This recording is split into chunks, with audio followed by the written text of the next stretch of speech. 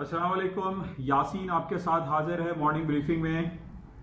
आज इस हफ्ते का थर्ड वर्किंग डे है, वेडनेसडे है, डेट 13 मई है आज। और कुछ हालात हाजरा और मार्केट के हवाले से कुछ बात करने से पहले मैं आपसे ये रोज़ाना ही रिक्वेस्ट करता हूँ कि ये बड़े उर्दू और सहल अंदाज में एक इंटरनेशनल फाइनेंशियल मार्केट पे या पाकिस्तान की स्टॉक एक्सचेंज के बारे में या पाकिस्तान की इकॉनमी के ऊपर थोड़ी सी एक बातें होती हैं आपके साथ कि क्या कुछ हो रहा है। तो इसलिए मैं आपसे ये रिक्वेस्ट करता हूँ कि इस यूट्यूब चैनल को आप ज़्यादा से ज़्यादा इसको लाइक करें, सब्सक्राइब करें और इसको शेयर करें और एक बेल आइकन के साथ कीजिए ताकि जितनी भी डेली अपलोड्स होती हैं वो आपको इजीली मिल सकें। और इसका मकसद सिर्फ यही होता है कि जो आप अपना पोर्टफोलियो मैनेज करते हैं डेली बेसिस पे कि पाकिस्तानी स्टॉक में क्या करना है और इंटरनेशनल फाइनेंशियल मार्केट में क्या कुछ हो रहा है, इससे थोड़ी सी आपको आगाही मिलती रहती है। आई सपोज कि इससे कुछ ना कुछ बेनिफिट आपको ज़रूर होता होगा। अच्छा, तो आज कुछ मार्केट की बातें करते हैं। आज सबसे पहले कल रात से मैंने आप लोगों को इन्फॉर्म किया हुआ था कि एक बहुत बड़ी रिपोर्ट बरतानिया की आने वाली है। उसका जीडीपी ग्रॉस डोमेस्टिक प्रोडक्ट की रिपोर्ट आने वाली थी और वो तारीख में सबसे बदतरीन रिपोर्ट की फोरकास्ट की जा रही थी। इस ज़ाहिर है इस कोरोना वायरस पैंडेमिक की वजह से पूरी दुनिया लॉकडाउन और शटडाउन की वजह से एक इनर्ट सिचुएशन में है, स्टैंड स्टिल है, मार्केट में मूव नहीं है, लोगों की मूव नहीं है, जिसकी वजह से ये एक्सपेक्टेड था कि जो जीडीपी रेशो आएगा बरतानिया का वो बदतरीन आएगा और इसकी फोरकास्ट की जा रही थी 2.5 माइनस नेगेटिव में। और लेकिन बहरहाल कुछ बेहतर आया, -2.0% आया, जिसकी वजह से वो एक इंडिकेशन, वो जो अंदेशा जाहिर किया जा रहा था कि स्टर्लिंग की मार्केट बहुत गिर जाएगी, स्टॉक मार्केटों में कुछ डाउनफॉल आ जाएगा, लेकिन ऐसा कुछ नहीं हुआ क्योंकि मार्केट में जो रिपोर्ट आई है वो बेटर देन एक्सपेक्टेड आई है। 2.5 माइनस नहीं आई बल्कि -2% आई है। बहरहाल माइनस तो है और ये तारीख में तकरीबन ग़ालिबन पहली बार ये हुआ है।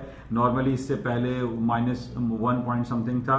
तो बहरहाल ये तारीख में एक बदतरीन रिपोर्ट आई है बरतानिया की, जो कि जीडीपी रिपोर्ट है। और ये हम 70 साल तारीख यानी बैक इन 1940s और 1930s में जो हम ग्रेट डिप्रेशन और रिसेशन की बातें करते हैं, उस दौर के बाद ये पहली बार ऐसा हो रहा है कि बरतानिया की या अमेरिका की या दूसरे रेस्ट ऑफ द वर्ल्ड की जो जीडीपी रिपोर्ट है वो बहुत ख़राब आना शुरू हो रही है, क्योंकि ज़ाहिर है इसका नेगेटिव इम्पैक्ट सिर्फ और सिर्फ कोरोना वायरस की ही वजह से। जैसे मैंने आपको शुरू में भी यही कहा था कि जनाब इस कोरोना वायरस पैंडेमिक कोविड-19 के बेसिस पे अब पूरी दुनिया की जो फाइनेंशियल मार्केट है, फाइनेंशियल इंस्टीट्यूशंस हैं या एक सोशल जो लाइफ है वो उसका टोटल डायनामिक्स जो है वो चेंज होने वाला और वो चेंज हो रहा है। हम यही देख रहे हैं कि जिस तरीके से जीडीपी रेशोज हैं, मैन्युफैक्चरिंग की रिपोर्ट हैं, वो सारी की सारी जो है वो ख़राब ही आ रही हैं। सिर्फ मार्केट थोड़ा सा उसको होल्ड इस वजह से कर लेती है कि जनाब एक्सपेक्टेशन ज़्यादा थी और मार्केट में नेगेटिव रिपोर्ट तो आई है, लेकिन एक्सपेक्टेशन से जो फोरकास्ट की जा रही थी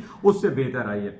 लेकिन ओवरऑल सिनेरियो जो है हमारे पास जो पिक्चर है वो नेगेटिव है, बिल्कुल वैसे ही जिस तरीके से फ्राइडे को हमारे पास 70 साल की बदतरीन अमेरिका की जॉबलेस रिपोर्ट या अनएम्प्लॉयमेंट रेट आया था और उसकी 16% माइनस की यानी फोरकास्ट थी 16% डाउन होने की, लेकिन आया 14.7%, जिसकी वजह से स्टॉक मार्केट रिकवर हो गई थी। लेकिन ओवरऑल सिनेरियो अगर हम चेक करते हैं वो डाउनफॉल है। यानी यूरोप साइड पे हम बरतानिया को बहुत ज़्यादा बैरोमीटर बनाते हैं और उसको चेक करते हैं कि जनाब बरतानिया में क्या हो रहा है और अमेरिका में क्या हो रहा है, यूरोप अमेरिकन साइड पे। तो बहरहाल रिपोर्ट काफ़ी ख़राब आई है, लेकिन जाहिर है कि एक्सपेक्टेशन से थोड़ी बेहतर आई, जिसकी वजह से मार्केट थोड़ी सी होल्डिंग पोजीशन में। और अमेरिका की जो स्ट्रीमलाइन फ्यूचर्स इंडेक्स इस वक्त ट्रेड हो रहे हैं वो तमाम प्लस में हैं, ग्रीन टेरिटरी में ट्रेड हो रहे हैं। और इसी तरीके से यूरोपियन जो स्टॉक्स हैं वो भी इस वक्त प्लस में हैं, सिर्फ और सिर्फ इस बेस पे कि बरतानिया की जो जीडीपी रिपोर्ट आई है वो -2.5% नहीं बल्कि बेहतर आई है, -2.0% आई है, तो जिसकी वजह से थोड़ी सी मार्केट एक होल्डिंग पोजीशन में है। लेकिन ओवरऑल बहरहाल इसको और मजीद रिपोर्ट देखेंगे। अब जिस तरीके से कोरोना वायरस के लॉकडाउन में जो रिलैक्सेशन दिया जा रहा है अक्रॉस दी वर्ल्ड, पूरी दुनिया में ये सिलसिला चल रहा है, और जो हमारे पास डिफरेंट सर्वे डिफरेंट मीडियाज़ पे और अखबारात में मौजूद है, उसमें अमेरिका के जो डेमोक्रेट्स हैं और रिपब्लिकन हैं वो मिक्स हैं, वो 50-50 हैं। कोई कहता है जल्दी खोलो, कोई कहता है अभी नहीं खोलो। और अब ये रिपोर्ट आ रही है कि जनाब अर्ली रीओपनिंग से और मजीद भयानक रिजल्ट्स आ सकते हैं, और कोविड-19 के केसेस, अगर अमेरिका में 80,000 लोग अभी मरे हैं, उनकी हलाकत हुई है, तो उसकी डबल होने की फोरकास्ट की जा रही है। खतरनाक हद तक ये बातें बयान की जा रही हैं कि अगर रीओपन कर दिया गया, अर्ली रीओपन कर दिया गया, तो जनाब हालात बहुत खराब होंगे, संगीन सूरत हाल हो सकती है। और जिस तरीके से अभी जो हमारे पास नेगेटिव जीडीपी की रिपोर्ट आ रही है कि -2 है, -5 है, -3 है, ये कहीं ज्यादा और भयानक, खतरनाक, डेंजरस हो सकती हैं। तो जिसकी वजह से कल रात को हमने ये देखा कि इसी खबर पे कि जनाब वो रीओपनिंग अर्ली के में जो फियर फैक्टर पाया जा रहा था, उस फियर की वजह से स्टॉक मार्केटों में एक फॉल आ गया। अमेरिका की जो तीनों जो बाउर्सेस हैं, जो इंडेक्स हैं, वो कल लेट नाइट फॉलिंग का शिकार रहे। मार्केटें बहुत ज्यादा गिर गई, तकरीबन नियरली 2% तक मार्केटें जो है वो डाउनफॉल का शिकार रही, सिर्फ और सिर्फ इस बेस पे कि रीओपन अर्ली हो रहा है और अर्ली नहीं होना चाहिए, और इसके फियर फैक्टर की वजह से स्टॉक मार्केटों में एक क्रैश वाली सिचुएशन कल रात को बरपा रही। लेकिन इस वक्त हम देख रहे हैं कि जीडीपी रेशो जो कि बरतानिया का बेहतर आया है, इस वजह से स्टॉक्स में थोड़ी सी रिकवरी है। स्टर्लिंग भी 1.23 के नियर चल रहा है, कोई ऐसी खास फॉलिंग नहीं आई। कल मैंने काफी लोगों को ये कहा था 1.2250 के नीचे स्टॉप प्लेस करके स्टर्लिंग को बाय करना चाहिए, इसमें पोटेंशियल दिखाई देता है। तो अभी भी टेक्निकल ग्राउंड पे ये बात फैक्ट है, और प्लस के जो जीडीपी की रिपोर्ट आई है वो बेटर देन फोरकास्ट आई है, इस पे स्टर्लिंग को बाय किया जा सकता है।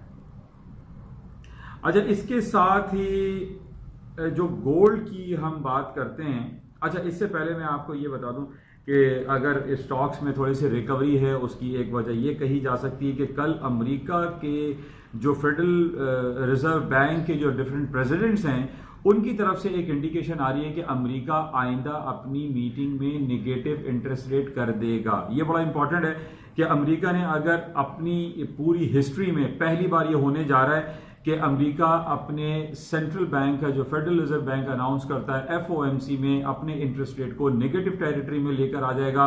और ये नेगेटिव टेरिटरी में लाने के हवाले से हम ये पिछले 4-6 महीने से देख रहे हैं, जब ट्रम्प साहब बहुत ज्यादा स्कोल्ड करते रहे फेडरल रिजर्व बैंक के चेयरमैन को, और वो ये कहते रहे कि जर्मी पावल साहब को चाहिए कि वो इंटरेस्ट रेट जो है वो 0 कर दे, निगेटिव कर दे। ये उस वक्त वो बातें कर रहे थे जब अमेरिका का इंटरेस्ट रेट 2.5% था, और आज हम देख रहे हैं अमेरिका अपने 0 इंटरेस्ट रेट पे खड़ा हुआ है, और अब उसकी बात हो रही है कि नेगेटिव इंटरेस्ट रेट आएगा।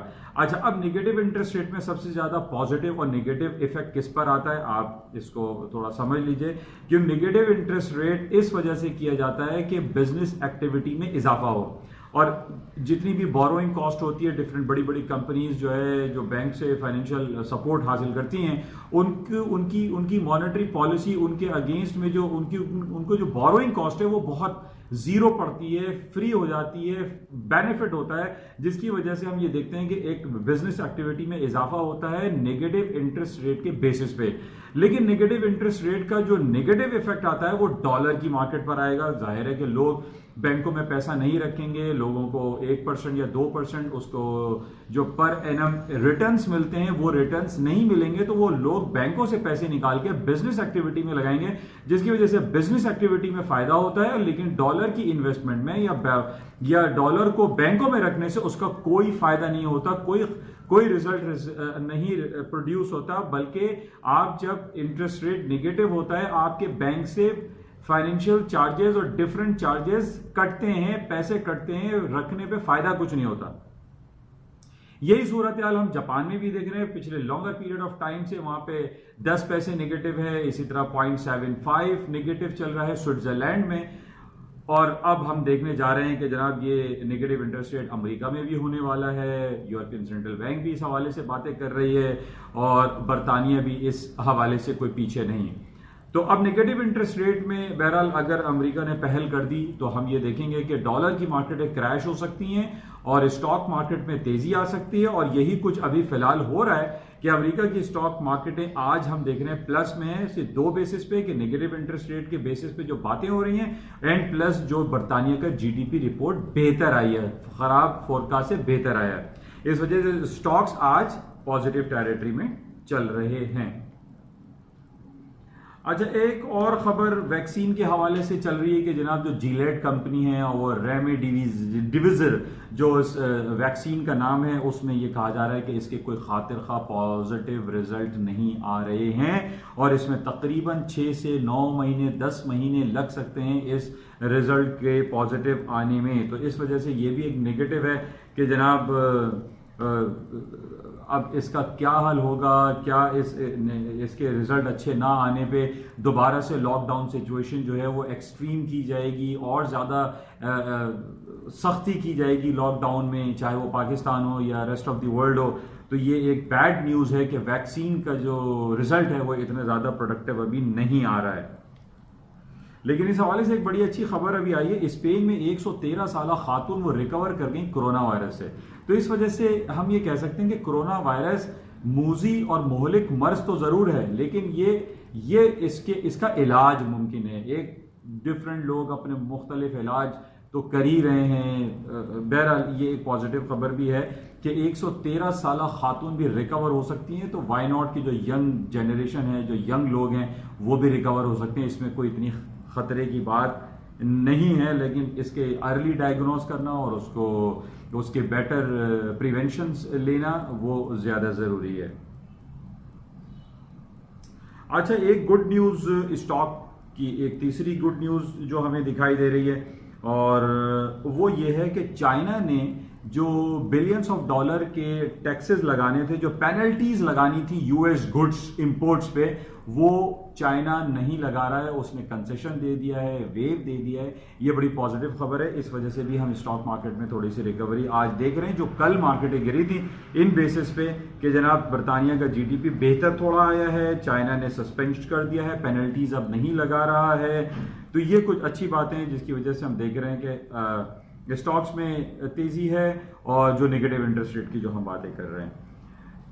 तो ये इंपॉर्टेंट पॉइंट था। अच्छा, इसके साथ कुछ हम गोल्ड की बात कर लेते हैं। गोल्ड में काफ़ी दिनों से आपसे एक ही बात कर रहा हूं कि 1700 के ऊपर गोल्ड की मार्केटों में तेज़ी दिखाई दे रही है और तेज़ी की वजह मैंने आपसे ये बताई थी कि अमेरिका में अगर इंटरेस्ट रेट नेगेटिव चला जाता है तो लोग डॉलर को नहीं खरीदेंगे, डॉलर में इन्वेस्टमेंट नहीं करेंगे, बल्कि गोल्ड की मार्केट में इन्वेस्टमेंट करेंगे या स्टॉक्स में इन्वेस्टमेंट करेंगे। तो गोल्ड की मार्केटों में डाउनफॉल फिलहाल नहीं दिखाई दे रहा है। और उसके साथ जो बैड हमारे पास खबरें चल रही हैं पूरे गल्फ में, देख लीजिए सऊदी अरब और यमन के दरमियान, इसराइल में कल कुछ हलाकतें हुई हैं, इसराइल के कुछ लोगों को फ़लस्तीन की तरफ से कुछ अटैक हुए। तो ये सारी जो फ़लस्तीन, सीरिया, इसराइल और फिर ये बगदाद में एंटी गवर्नमेंट प्रोटेस्ट और कश्मीर, हांगकांग और ये नेगेटिव इंटरेस्ट रेट की बातें, तो इसमें हम ये कह नहीं सकते कि जनाब गोल्ड की कीमतें डाउनफॉल हो जाएंगी, क्योंकि गोल्ड एक येलो मेटल है, एक प्रीशियस मेटल है और इस मेटल को आप कभी भी इसकी इंपॉर्टेंस को निगेट नहीं कर सकते। ये करेंसी मार्केट जो है, ये करेंसी है, कागज का नोट है, किसी वक्त भी डिक्लाइन कर सकता है। और उसकी वजह मैंने आपसे ये भी कही थी कि जिस तरीके से 3.5 ट्रिलियन ऑफ डॉलर के स्टिमुलस पैकेजेस अमेरिका ने अनाउंस किए हैं, चीप मनी उसने प्रिंट की है और लोगों को घर बैठे $1200, किसी को $500 जो उन्होंने बांटे हैं, तो ये जाहिर है वो अगेंस्ट द गोल्ड। उन्होंने ब्रेटन वुड एग्रीमेंट जो 1944 में इफेक्ट हुआ था, उस बेसिस पे तो इन्होंने नोट नहीं छाप दिए। इतना सोना तो उनके पास नहीं होगा कि जितने उन्होंने नोट छाप दिए। और अब एक नए स्टिमुलस पैकेज की बात भी आ रही है। कल ये रिपोर्ट चली थी कि एक नए 3 ट्रिलियंस ऑफ डॉलर की इकोनॉमिक स्टिमुलस पैकेज की कांग्रेस में बातें हो रही हैं, यानी डेमोक्रेट्स और रिपब्लिकन ये बातें कर रहे हैं कि एक नया स्टिमुलस पैकेज अनाउंस किया जाए because of this new wave of pandemic का जो चल रहा है। इस बेसिस पे भी हम कह सकते हैं स्टॉक थोड़े से रुके हुए हैं और इसमें दोबारा से ऊपर मार्केट जा सकती है। तो अभी वो नेगेटिव खबर हमारे पास इतनी नहीं आ रही कि हम ये कहें कि स्टॉक मार्केटें क्रैश हो जाएंगी, फॉल हो जाएंगी, डिक्लाइन कर जाएंगी। बहरहाल खबरें कुछ ना कुछ बेहतर हमारे पास जरूर आ रही हैं। अच्छा, बाकी करेंसी के हवाले से, जैसे बरतानवी करेंसी को बाई किया जा सकता है 1.2250 के स्टॉप के लगा के अच्छा, नॉर्मली मैंने आपको ये भी जिक्र मेरा रहता है कि स्टर्लिंग के साथ अक्सर हम देखते हैं गोल्ड की मार्केटें भी हायर साइड पे चली जाती हैं, तो माइट पॉसिबल कि गोल्ड की मार्केट और स्टर्लिंग और यूरो की मार्केट में थोड़ा सा पोटेंशियल है और मार्केट ऊपर जा सकती है बिकॉज ऑफ ये खबरें ज्यादा चल रही हैं कि अमेरिका अपना इंटरेस्ट रेट नेगेटिव कर देगा, तो जाहिर है स्टर्लिंग और यूरो की करेंसीज में तेजी आ सकती है और एज वेल एज गोल्ड भी हायर साइड पे जा सकता है। बहरहाल कुछ बातें करते हैं पाकिस्तान स्टॉक के बारे में। पाकिस्तान स्टॉक में कल मैंने आपको फिरोज सन्स के हवाले से कुछ खबर दी थी कि फिरोज सन्स लेबोरेटरी जो कि फार्मास्यूटिकल कंपनी है, इसकी बातचीत चल रही है रेमडेसिविर जो कि एक जीलेट कंपनी है जो कि कोरोना वायरस वैक्सीन बनाने की कोशिश में लगी हुई है, उसकी फिरोज सन्स लेबोरेटरी से बातचीत चल रही है और आज भी फिरोज सन्स के जो शेयर्स हैं वो तकरीबन 20 रुपए प्लस में हैं। 335 रुपीज का एक शेयर इस वक्त ट्रेड हो रहा है कराची स्टॉक एक्सचेंज में। ये पॉजिटिव खबर है, लेकिन कराची स्टॉक महज 30-40 पॉइंट प्लस में, कोई बहुत ज्यादा मूवमेंट नहीं है, लेकिन ये एक प्लस खबर है कि फिरोज सन्स को अगर ये कॉन्ट्रैक्ट मिल जाता है रेमडेसिविर जो कि कोरोना वायरस की वैक्सीन है, ये एक बहुत पॉजिटिव खबर है। और इसके अलावा भी जो फार्मास्यूटिकल सेक्टर है हम ये देख रहे हैं कि वो खासा बेहतर है, लेकिन जो एनर्जी सेक्टर है वो डाउनफॉल है। उसकी वजह यही है कि कोरोना वायरस की वजह से पूरी दुनिया में लॉकडाउन है और एनर्जी सेक्टर का इस्तेमाल बहुत कम हो चुका है, तकरीबन 80-90% डिक्लाइन हो चुका है। तो ये खबरें हैं। अच्छा, तेल की कीमतें रिलेक्टेंट हैं, $24-25 पे रुकी हुई हैं। कल खबर ये बहुत ज्यादा चल रही थी कि एक डीप कट करने जा रहा है सऊदी अरब। मैंने आपसे ये जिक्र किया था इन डीप कटों से कोई फायदा नहीं होगा, इससे पहले भी हमने कितने डीप कट देख लिए, लेकिन तेल की कीमतें ऊपर की तरफ नहीं जा सकी। अच्छा, कल थोड़ा सा मार्केट डाउन भी हुई थी, तेल की कीमतों में कमी वाक़ हुई और उसकी वजह से भी स्टॉक मार्केट का थोड़ा सा क्रैश था और इस बेसिस पे ऑयल की मार्केट अभी डाउन हुई थी। बहरहाल ये मिक्स अभी चल रहा है, ऑयल पे बहुत ज्यादा एक अनसर्टेन सिचुएशन है, लेकिन एक पॉइंट हमारे पास ये जरूर है कि स्पॉट ऑयल की जो मार्केट है वो अभी भी $9 पे ट्रेड हो रही है, जबकि फ्यूचर जो है वो $25 पर है, यानी $16 का जो एक गैप है, जो डिफरेंस है बिटवीन स्पॉट एंड फ्यूचर्स, ये एक बहुत बड़ा क्वेश्चन मार्क है। इतना बड़ा डिफरेंस नॉर्मली हमने देखा नहीं है। ये हमें इंडिकेट कर रहा है कि $9 कैश पे जो है इस वक्त मार्केट में बहुत ज्यादा जो स्टोरेज है ऑयल की वो भरी हुई है। लोगों के पास जो उनकी रिफाइनरीज हैं, जो स्टोरेज है, वो उनके जो कुएं हैं वो भरे पड़े हैं, जिसकी वजह से तेल की कीमतों में इतना पोटेंशियल एग्जिस्ट नहीं करता जितना लोग फोकस कर रहे हैं कि नहीं दोबारा $40 हो जाएगा, बिकॉज ऑफ के स्टोरेज कैपेसिटी इस वक्त 100% फुल है। उसकी वजह हमें रिफ्लेक्ट करता है स्पॉट ऑयल जो कि अभी $9 पे ट्रेड हो रहा है।